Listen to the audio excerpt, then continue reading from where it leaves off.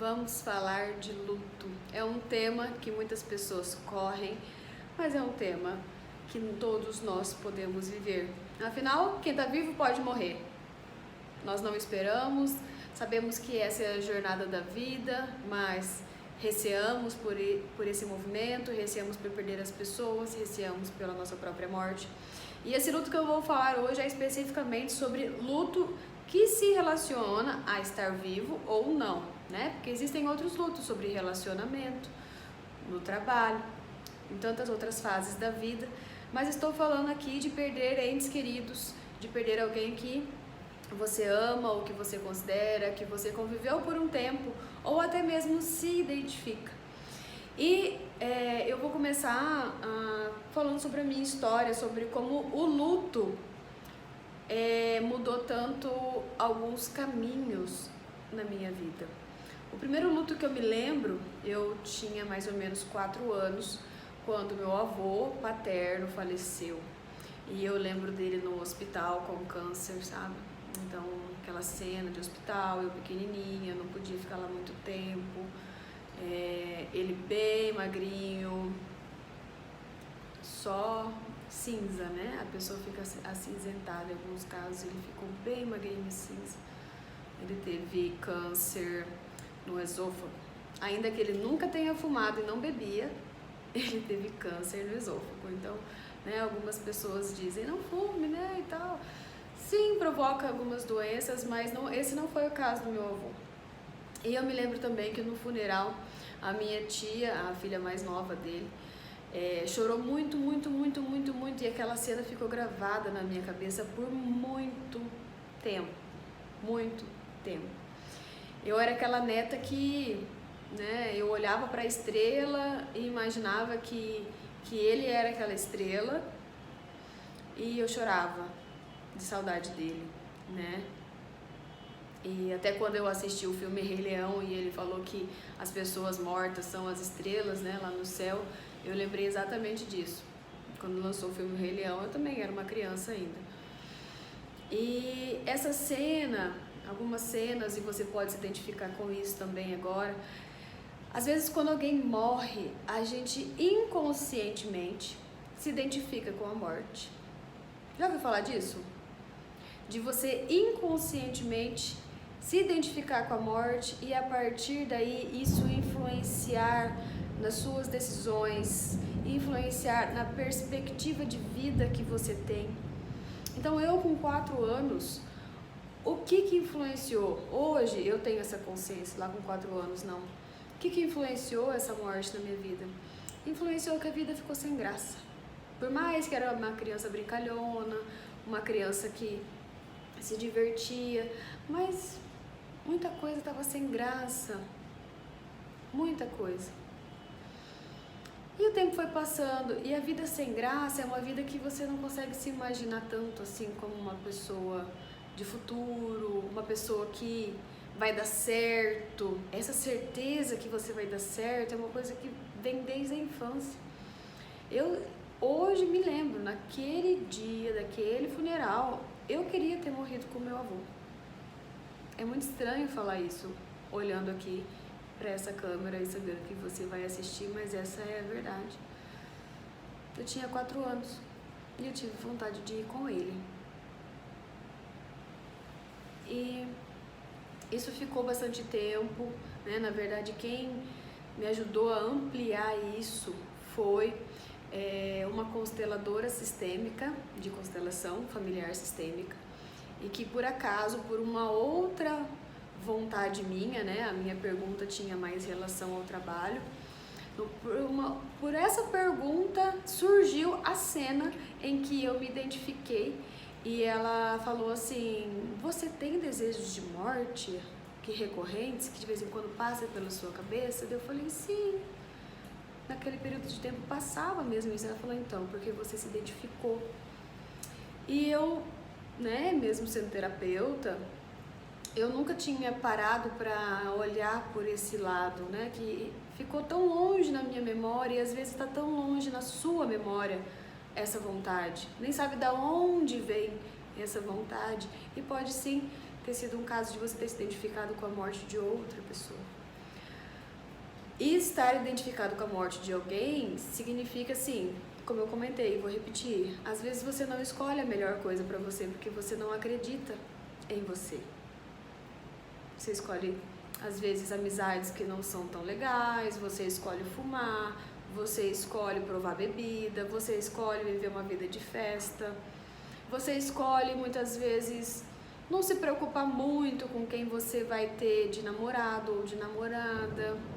Leva uma vida assim, deixa a vida me levar, pode também ser uma questão nesse sentido. Eu estou aqui ampliando para que você saiba que muitas consequências podem acontecer, né? E se você pensa aí no seu filho ou na sua filha que está na fase da infância ou na fase da adolescência, às vezes nós procuramos mudar um comportamento, mas a causa desse comportamento está lá enraizado numa outra memória.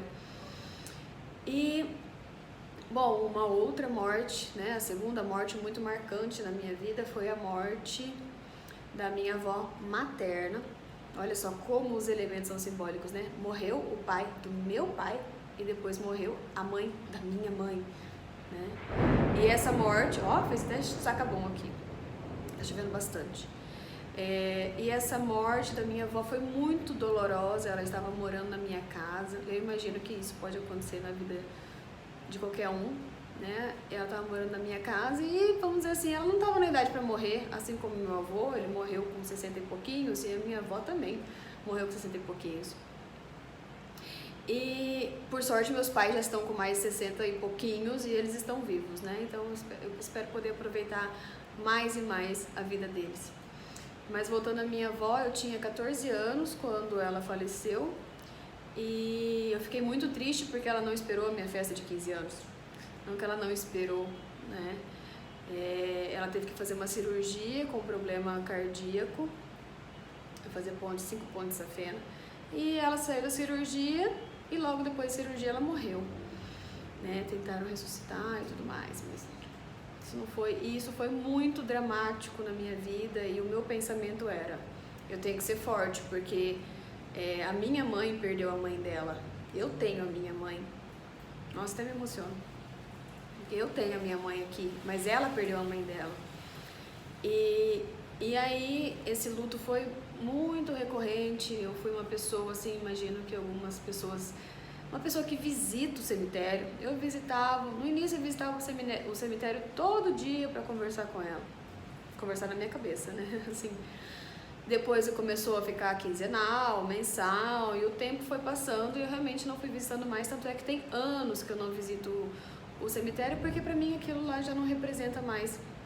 a existência da vida dela, né, ela mora aqui no meu coração, ela é uma grande guia, porque a minha avó era uma pessoa muito simples, mas uma pessoa muito sábia, muito amorosa, muito, todo o coração. Tudo que ela podia fazer, ela fazia pra gente. Ó, a saudade. Isso que eu já tô com 34 anos e ela faleceu quando eu tinha 14, né? Já passou um tempinho. Mas tá, a saudade fica. E é isso que eu também quero dizer pra vocês. Sentir saudade é saudável. Mas sofrer pela saudade, aí nós já estamos falando de um outro tipo de sensação, não é mesmo? Porque eu estou falando aqui com vocês com saudade, com amor. Não com aquela saudade de, nossa, que dor, essa pessoa faz falta na minha vida até hoje. Não, ela mora aqui, ó, aqui dentro. E me acolhe, está comigo. E eu sou ela. No caso, em alguns estudos ainda dizem, né, que quando eu sou mulher, eu tenho meus óvulos, os meus óvulos foram gerados quando eu estava dentro da barriga da minha mãe. Então, consequentemente, o meu óvulo, ou seja, o óvulo que fecundou e gerou essa pessoa que está falando com você, já estava dentro da minha mãe quando ela estava sendo gerada pela mãe dela.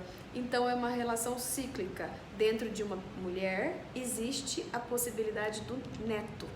E eu sou a neta. Então, eu já estava com a minha avó e ainda estou. Ela faz parte de mim e eu faço parte da história transgeracional. E logo mais, quando foi passando o tempo, aí a minha mãe foi se recuperando, né? Pra ela foi muito mais difícil do que pra mim, mas foi difícil pra mim, nego, às vezes, mas foi bem difícil. né? Foi uma falta muito grande. Porque eu era aquela neta que ligava escondido pra falar com a avó, sabe? Todo final de semana queria dar com a avó. E aquela confiança, aquela simpatia com ela. E depois da minha avó passou-se o tempo, né? Passou um bom tempo de pessoas que não faleceram, vamos dizer assim. Às vezes tem um período da nossa vida que parece que um monte de gente morre e depois um outro período da vida que não, tá tudo bem. Não sei se já aconteceu isso com você, mas comigo aconteceu e foi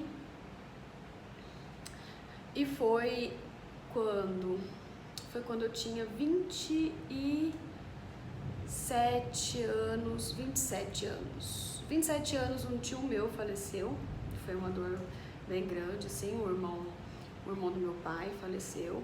Mas o que mais doeu, porque logo em sequência, assim, um mês depois, foi o falecimento de uma amiga minha chamada Vicky. A Vicky, eu tinha 27, ela tinha 28, ela tinha vindo me visitar em agosto, mais ou menos, acho que junho, julho. Eu estava morando no Espírito Santo, fazendo a minha formação em arte terapia.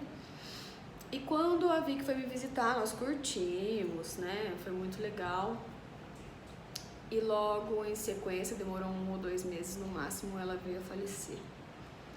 E quando ela faleceu, a dor foi tão grande, tão grande, tão grande. Aquela vontade de morrer veio de novo e veio forte. E junto com a vontade de morrer, eu comecei a refletir muito sobre a minha vida. Eu comecei a refletir se a pessoa que eu estava morando junto era realmente a pessoa que eu queria passar o resto da minha vida, ou por que eu estava fazendo isso? Será que eu queria fazer mesmo essa especialização em arte terapia? Por que eu me formei em psicologia? Por que eu estou morando aqui, né, no Espírito Santo?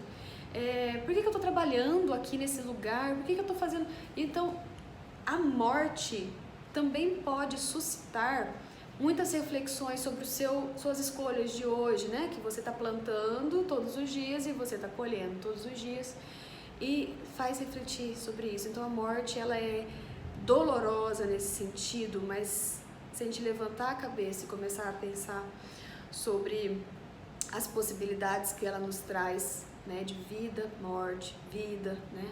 Transformar essa morte e se transformar após a morte numa outra vida. E eu fiquei bem perdida por um tempo, continuei trabalhando, tudo, a vida do lado de fora não mudou nada a princípio, nada. Mas a vida aqui dentro começou a doer e começou a doer e tudo aquilo começou a não fazer mais sentido. Não foi uma coisa instantânea, né? Toda essa vida do exterior que eu tinha feito não estava mais fazendo sentido. E eu tinha status, né? Olha, pensa, você está num emprego legal, trabalhadora estadual, você está casada, você tem uma casa, você tem móveis, você mora na praia, entendeu? Você faz o que você quiser, você tem carro, você tem dinheiro, você não está com preocupação nenhuma. Seu pai e sua mãe estão bem de saúde, você tem status. E daí, mas mesmo assim, tudo isso já não fazia mais sentido nenhum. E foi aí que, com essa baixa que o luto dá e que me deu, né, eu comecei aos poucos a destruir tudo. A primeira coisa que eu destruí foi o meu relacionamento, né? Tanto é que hoje meu atual marido fala assim: nossa, você nunca falou mal, né, do seu ex. Aí eu falo: mas eu não tenho que falar mal dele. Ele não foi uma coisa da nossa relação que fez a gente terminar, foi o meu luto. O meu luto me fez pensar se era isso mesmo que eu queria, e eu pensei. E eu não queria ver, eu não queria aceitar que não era isso que eu queria. Eu tentei por vários meses, mas chegou uma hora que eu tive que aceitar que eu não queria, que mesmo que doesse muito terminar o relacionamento e todo, né, família envolvida, mesmo que tudo isso, mesmo que eu saísse como uma bruxa, e saí mesmo uma bruxa da história, né, mesmo que me veja como a bruxa, eu vou sair, e sair. E depois foi passando mais um tempo e ainda aqui dentro não tava bom, não tava bom. E daí eu comecei a pensar em sair dos meus trabalhos. Aí, na verdade, todo mundo me estimulou a sair do meu trabalho e voltar para Maringá, porque eu realmente estava no processo assim de não tá legal, não tava legal. E depois de um ano, mais ou menos, que ela faleceu, um ano e meio, eu tomei coragem e voltei para Maringá. E voltei assim em frangalhos, ainda não... Aquilo, ó, as pessoas às vezes falam assim, ai, mas já faz 1 ano e meio que a pessoa morreu. 1 ano e meio que a pessoa morreu, gente. Ela era a minha irmã de coração, ela não era qualquer pessoa. E ela tinha basicamente a minha idade. Ela não era qualquer pessoa, ela era a pessoa que eu convivi toda a minha faculdade, nós éramos amigas profundas, uma sabia dos segredos da outra, nós fizemos intercâmbio juntos, vivemos, né, brigamos, desbrigamos, acertamos, né, como irmãs. E eu não tenho irmã, eu tenho um irmão, homem, né, ela era minha irmã e ela morreu. E aí eu comecei, né, com o apoio, né, dos meus pais e dos amigos. Vamos dizer assim, o luto não era assim que eu falava todo dia sobre ela. Não, a vida segue, mas é o que continua remexendo dentro. E aí então eu comecei a fazer um trabalho de análise e tudo isso foi sendo trabalhado novamente, né? Falando sobre isso, sobre tantas outras coisas, porque eu comecei a reconstruir uma nova vida, uma vida a partir daquilo que tem relação comigo, porque eu estava destruindo realmente as coisas, porque aquilo não tinha a ver comigo. Eu construí muitas coisas, mas não tinha relação interna com quem eu era, né? Era toda uma vida extrovertida, não uma vida da introversão, dos elementos interiores, que é o que eu busco e é o que eu estou sempre postando vídeos para estimular vocês a fazerem o mesmo, uma vida também introvertida. Nós temos que realizar muitas coisas do lado de fora que tenham relação com o lado de dentro. Assim nós complementamos uma a outra. E eu falei sobre todos esses meus lutos, ainda não passei por mais nenhum, né? O meu avô faleceu recentemente, mas também não foi uma dor, porque eu vinha trabalhando esse luto, então nós precisamos de tempo, né, para trabalhar o luto. E é por isso que agora está chegando o Dia dos Mortos e eu respeito muito o Dia dos Mortos e respeito a dor das pessoas, ou até mesmo quando saímos da dor que voltamos para o amor, para aquela saudade saudável. Então, todos vocês têm o meu abraço, o meu acolhimento, né? Você que passou por um luto antigo e ainda está com ele, ou um luto recente, vocês todos têm o meu respeito. E contem comigo nessa semana, nesses meses, né? Nesse tempo que é necessário para passar esse luto. Mas claro que para iniciarmos um trabalho pontual, eu tô aqui com a minha cabecinha, né? Dia 1º de novembro vou fazer aqui uma atividade trabalhando o luto e em sequência no Telegram vou fazer atividades sequenciais para trabalharmos esse luto em conjunto, porque não basta o encontro, não é um abraço só que eu preciso dar em você, são muitos abraços, outras pessoas, para limpar esse luto e transformar esse lugar que essa pessoa habitava, né, esse papel, esse amor ou essas emoções que estavam ali intrincados, né? Então eu quero dar aqui, ó, o meu abraço para você e que nós possamos ir caminhando junto para limparmos esse luto e encontrar esse caminho de vida, morte, vida que está acontecendo com você. Era uma